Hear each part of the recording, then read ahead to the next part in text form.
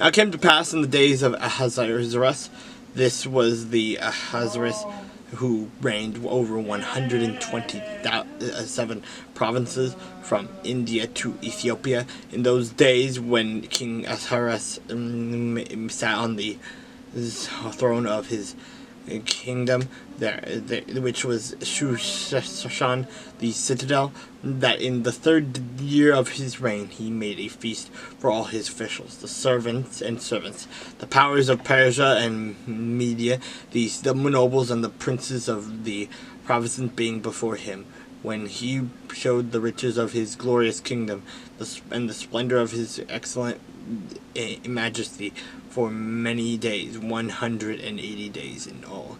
And when these days were completed, the king made a feast lasting 7 days, for all the people who were present in Shushan the citadel, from great to small, in the court of the garden of the king's palace. There were white and blue linen curtains fastened with cords of fine linen, and purple on silver rods, and marble pillars.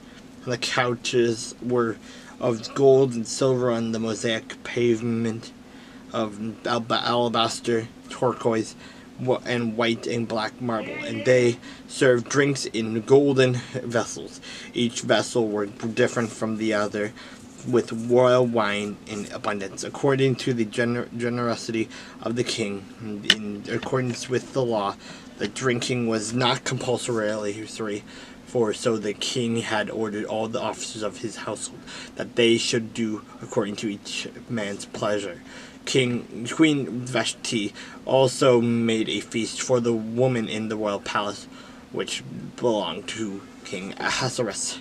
On the 7th day, when the heart of the king was merry with wine, he commanded Haman, Biztha, Harabana, Abagatha, Zorthar, and Carcass, 7 eunuchs who served in the presence of King Ahasuerus, to bring Queen Vashti before the king, wearing her royal crown, in order to show her beauty to the people and the officials, for she was beautiful to behold.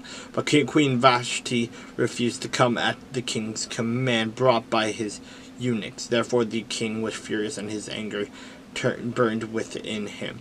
Then the king said to the wise men who understood the times, for this was the king's manner toward all who knew law and justice, those closest to him being Karshena, Shishtar, Admatha, Tarshish, Meres, Marcina, and Mumakin, the 7 princes of Persia and Media, who had access to the king's presence, and who ranked highest in the kingdom. What shall we do to Queen Vashti according to the law, because she did not obey the command of King Ahasuerus, brought to her by the eunuchs? The Mamelucan answered before the king and the princes, Queen Vashti has not only wronged the king, but also all the princes and all the people who are in all the provinces of King Ahasuerus. For the queen's behavior will become known to all women, so that they will despise their husbands in their eyes. Then when they report King Ahasuerus commanded Queen Vashti to be brought in before him, but she did not come. This very day the noble ladies of Persia and Media will say to all the king's officials that they have heard the behavior of the queen. Thus there will be excessive contempt and wrath.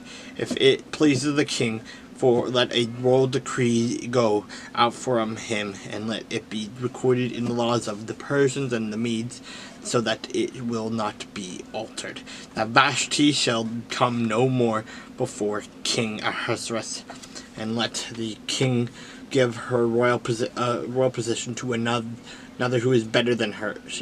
Then when the king's decree which he will make is proclaimed throughout all the empire. For it is great, if all wives who honor their husbands both great and small. And the reply pleased the king and the princes, and the king did according to the word of Memucan. When then he sent letters to all the king's provinces, to each province in its own script, and to every people in their own language, that each man should be master in his own house and speak in the language of his own people.